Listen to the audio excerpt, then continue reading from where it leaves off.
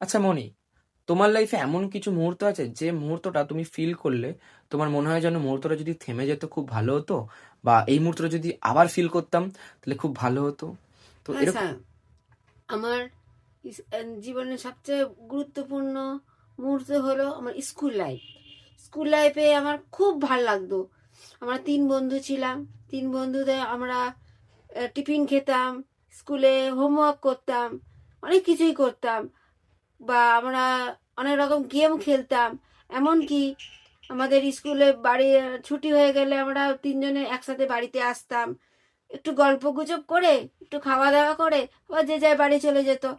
আবার ছুটির দিনে আমার 2 বন্ধু আমাদের বাড়িতে আসতো।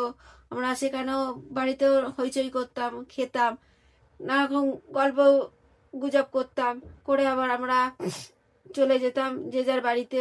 অনেক সময় আবার আমরা আড্ডাও মারতে যেতাম বন্ধুদের বাড়ি, বা আমি আমার মামা বাড়িতে নিয়ে যেতাম। সেখানেও গল্প গুজব হতো। আমার দিদা অনেক রকম খাবার আমাদের করে খাওয়াতো, কিনে আনতো।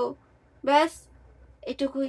তাহলে বন্ধুরা, আমরা এখান থেকে কি শিখলাম? আমরা এখান থেকে দুটো জিনিস শিখতাম।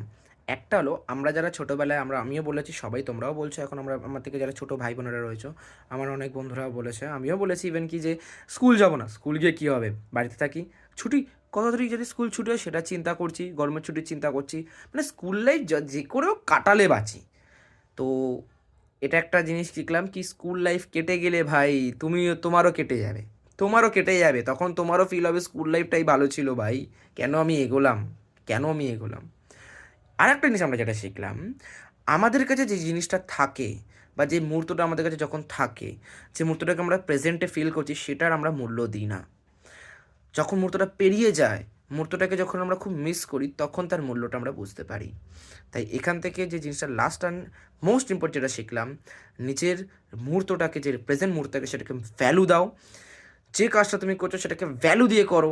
নাহলে যখন সেই সময়টা বা সেই মুহূর্তটা পেরিয়ে যাবে, বা সেই কাজটা হয়ে যাবে, যখন সেটা ফেল হয়ে যাবে, তখন খুব মিস করবে, তখন খুব গায়ে লাগবে। তখন যদি একটু ভ্যালু দিয়ে দিতাম, তাহলে আজকে আমাকে এই দিনটা দেখতে হতো না, বা এতটা মিস করতে হতো না। মিস তো সত্যিই করবে স্কুল লাইফকে, বাট প্রেজেন্টকে ভ্যালু দিতে শেখো। যে কোনো জিনিসকেই ভ্যালু দিতে শেখো সময় থাকতে, কারণ সময় চলে গেলে